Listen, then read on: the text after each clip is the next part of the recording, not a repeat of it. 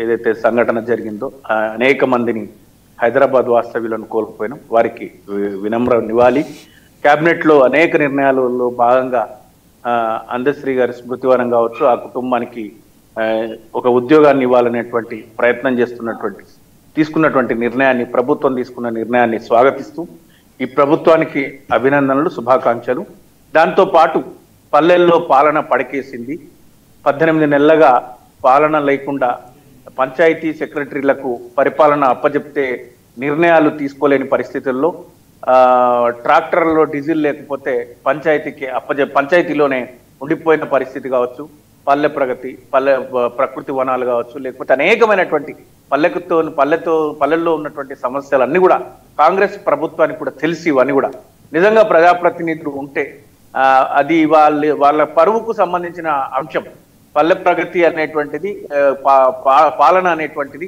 కాబట్టి elected body ఉంటే, ఎన్నికైనటువంటి వాళ్ళు ఉంటే ఖచ్చితంగా నిధులు లేని సందర్భాల్లో కూడా సొంత నిధులు పెట్టుకొని కూడా చేసుకునేటువంటి పరిస్థితి అంటే గ్రామ ప్రజలతో ఉంటది. కాబట్టి అలాంటి పరిస్థితుల్లో ఈ ప్రభుత్వం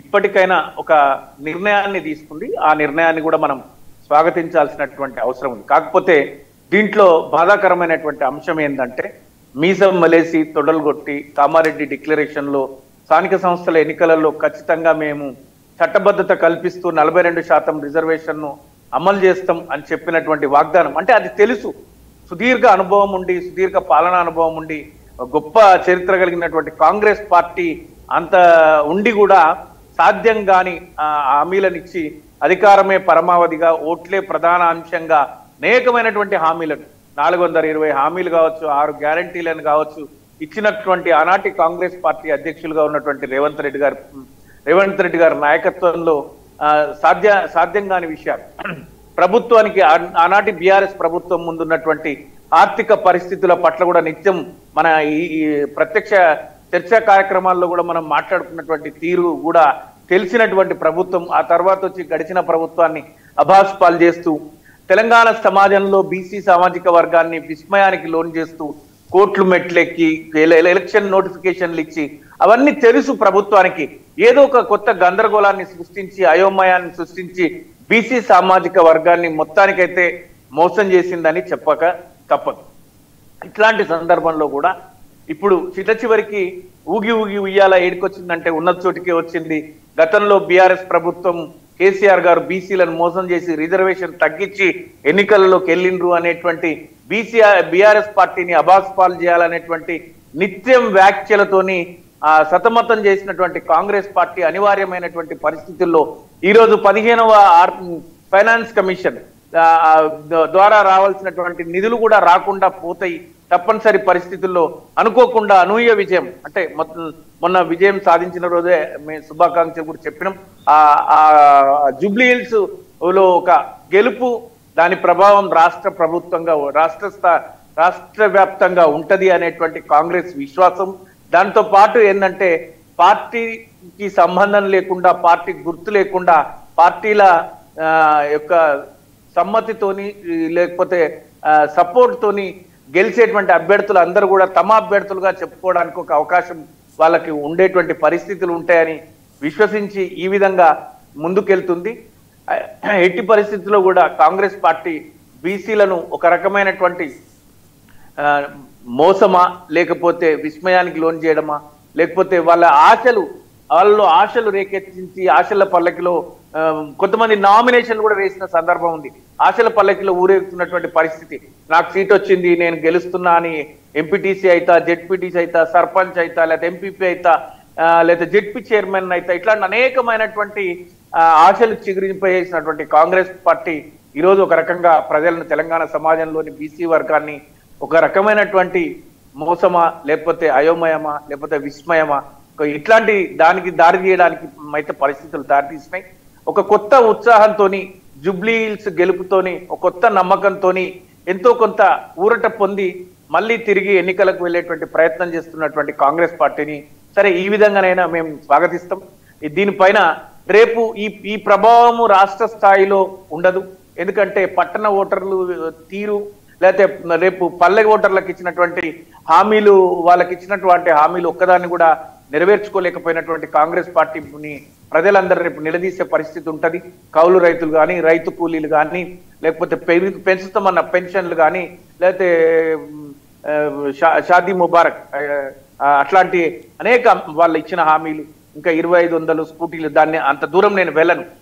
ఎందుకంటే వాళ్ళు కూడా మమ్మల్ని ఎదురు ప్రశ్నలు వేస్తారు. మీరు అన్ని ఇచ్చిండ్రా, 2 ఏళ్లలోనే 3 ఏళ్లలో మీరు ఇచ్చిండ్రా అంటారు. మేము వచ్చి 2 ఏళ్ళే అయిందని.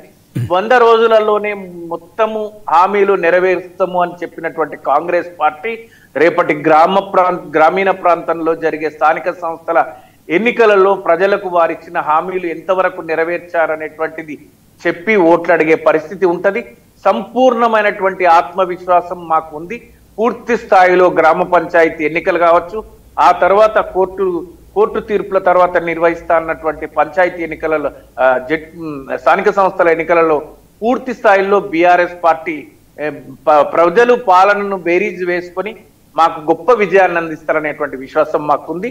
వాళ్ళ ఈ యొక్క నిర్ణయాన్ని మేము స్వాగతిస్తున్నాం. మా శ్రేణులు కూడా సమాయత్తంగా ఉన్నారు ఎన్నికలను ఎదుర్కోవడానికి. ఓకే శ్రీనివాస్ గారు, ఒక మాట చెప్పండి. దీంట్లో మరి కాంగ్రెస్ ప్రభుత్వం చేస్తున్న ఏదైతే 50% సీలింగ్ ప్రకారమే నిర్వహించడం కావచ్చు, దీన్ని ఓవరాల్గా అంటే మీరు ఎట్లా తీసుకుంటారు? దీంట్లో మరి కాంగ్రెస్ జూబ్లీహిల్స్ గెలిచిన తర్వాత ఒక ఊపు మీద ఉంది. బీఆర్ఎస్ పార్టీ మరి మీరు అన్ని శాయశక్తులు ఉపయోగించినా కూడా జూబ్లీహిల్స్లో ఓటమి పాలయ్యారు. సో దాంట్లో 4 లక్షల మంది ఓటర్లు 4 కోట్ల తెలంగాణ ప్రజల మనోభావాలను గౌరవించారు. రేపొద్దున కాంగ్రెసే క్లీన్ స్వీప్ చేస్తారని కాంగ్రెస్ నాయకులు అంటున్నారు కదా. సో ఈ అంశంలో మీరు ఎలా ముందుకెళ్తారు ప్రజల వద్దకు? కాంగ్రెస్ పార్టీ నమ్మకాన్ని మనం తోసిపుచ్చలేము. కాంగ్రెస్ పార్టీ కూడా రాజకీయ పార్టీ, అధికారంలో ఉన్నటువంటి పార్టీ. ఖచ్చితంగా పూర్తి స్థాయిలో నేను గెలవాలనేటువంటి ప్రయత్నం చేస్తాను. దానికి మనం కాదనలేము. ఒక నిర్మాణాత్మకమైనటువంటి ప్రతిపక్షంగా జూబ్లీహిల్స్ లో కూడా 80,000 ఓట్లు, దగ్గరగా 78,000 ఓట్లు మాకు వస్తాయి, 98,000 ఓట్లు వాళ్ళకు వచ్చినాయి. 24,000 పైచిలకు మెజార్టీతోని వాళ్ళు గెలిచిండ్రు. మాకు వాళ్లకు పెద్ద తేడా అంటే పూర్తి స్థాయిలో ప్రజలు మమ్మల్ని నేను తిరస్కరించలేదు. మంచి అంటే ఒక 80,000 వరకు మాకు కూడా ప్రజలు మా వైపు ఉన్నారు.